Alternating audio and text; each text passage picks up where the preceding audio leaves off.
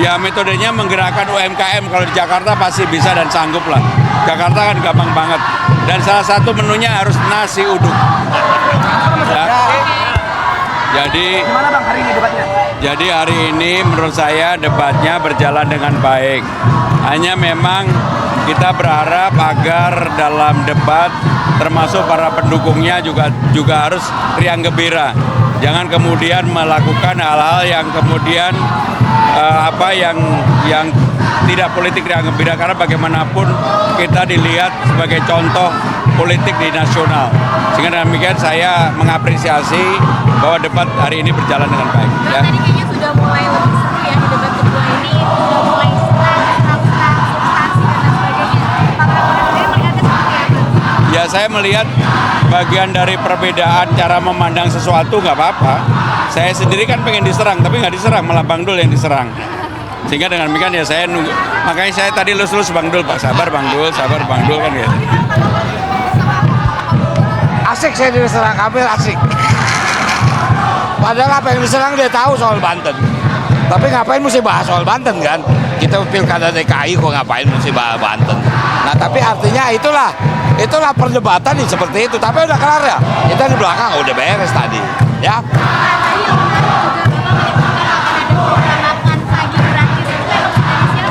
Jadi ini sebenarnya sudah disiapkan sejak lama dan kami memang sengaja sampaikan di dalam sebelum debat kali ini.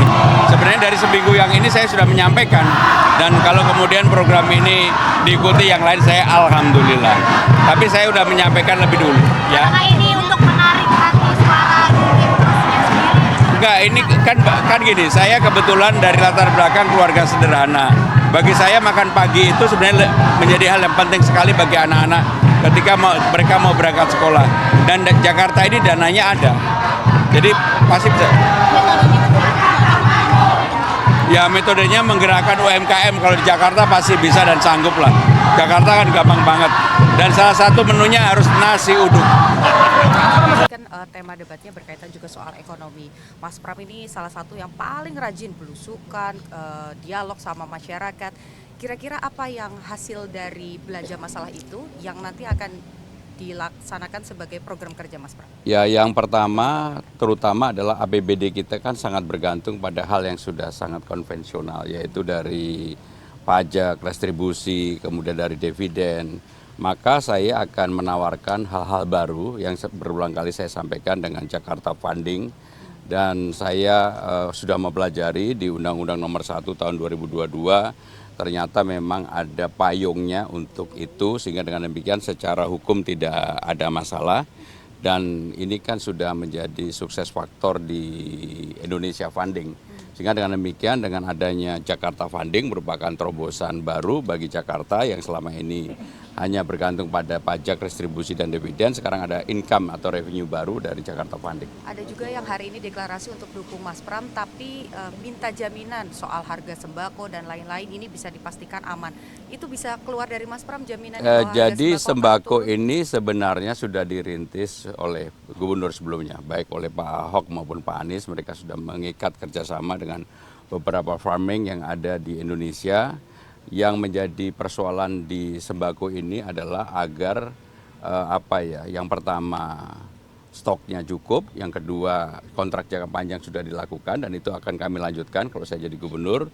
Dengan demikian maka akan terjaga harganya, apalagi pemerintah daerah melalui Pasar Jaya, kemudian juga melalui farming food yang di Cibinang Raya bisa melakukan intervensi apabila harga itu mengalami kenaikan. Sehingga saya meyakini selama tidak ada sesuatu gejolak yang luar biasa, kondisinya tetap seperti ini, maka harga sembako pasti akan bisa dikontrol. Mas, untuk memperkecil gap kesenjangan antara ekonomi yang tinggi dan juga yang rendah, apakah Jakarta Fund ini juga bisa menjadi jawabannya atau apa nanti ada program? Jadi yang pertama saya akan menyelesaikan persoalan-persoalan yang ada di bawah. Kartu Jakarta Pintar, Jakarta Sehat, lansia, difabel, dan sebagainya. Itulah yang menjadi landasan dasar untuk memperkecil ketimpangan supaya orang mendapatkan kesempatan yang sama. Yang kedua yang tidak kalah penting adalah seperti yang saya sampaikan di Balai Rakyat kan ada balai latihan kerja dan membuka lowongan pekerjaan seluas mungkin termasuk PPSU yang selama ini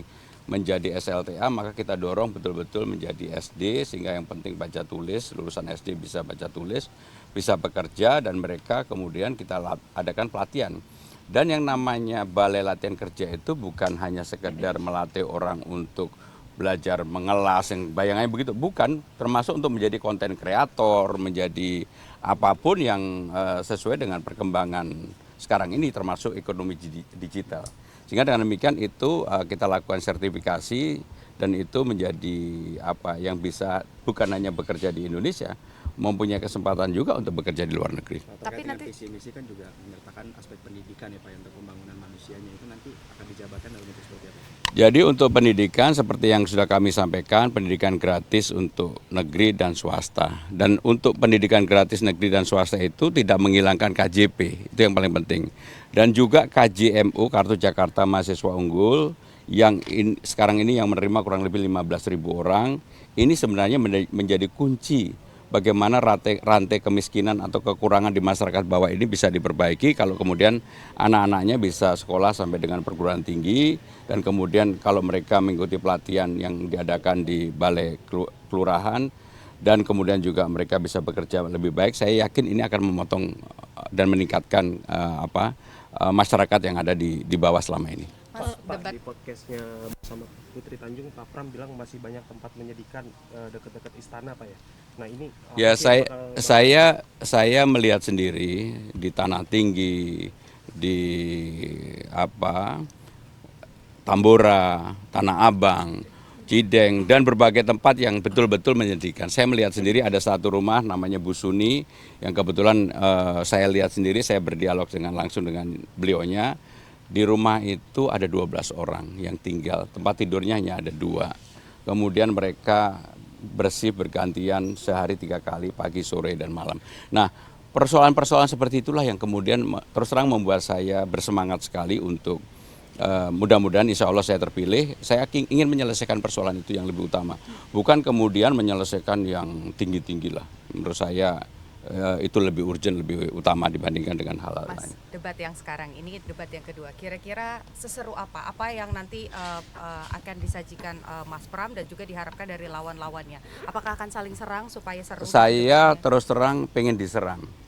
Jadi saya kalau diserang dengan gembira hati karena ya urusan data dan sebagainya kalau ditanya mungkin karena 10 tahun saya mengerjakan ini jadi saya mungkin lebih siap untuk itu.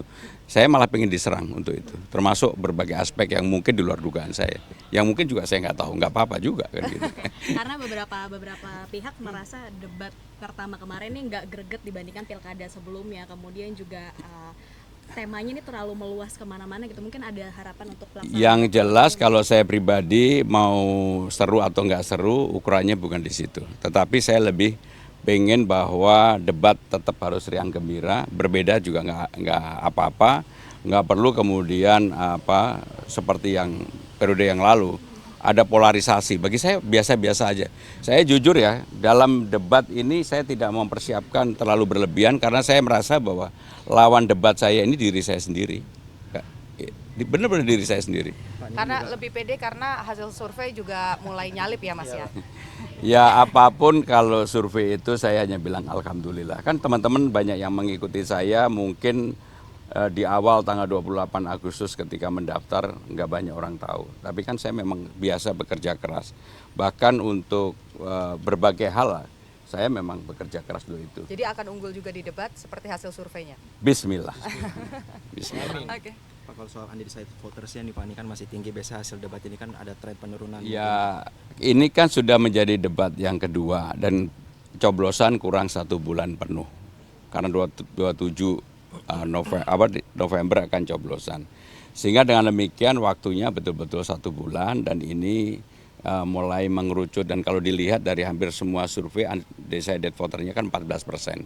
Dan kalau dilihat secara proporsional memang ini bisa naik bisa turun. Tetapi saya meyakini bahwa kelompok rasional terutama kelompok-kelompok yang kemarin belum terakomodasi, pasti sekarang melihat siapa yang dianggap bisa meneruskan gagasan atau ide-ide dari gubernur-gubernur sebelumnya.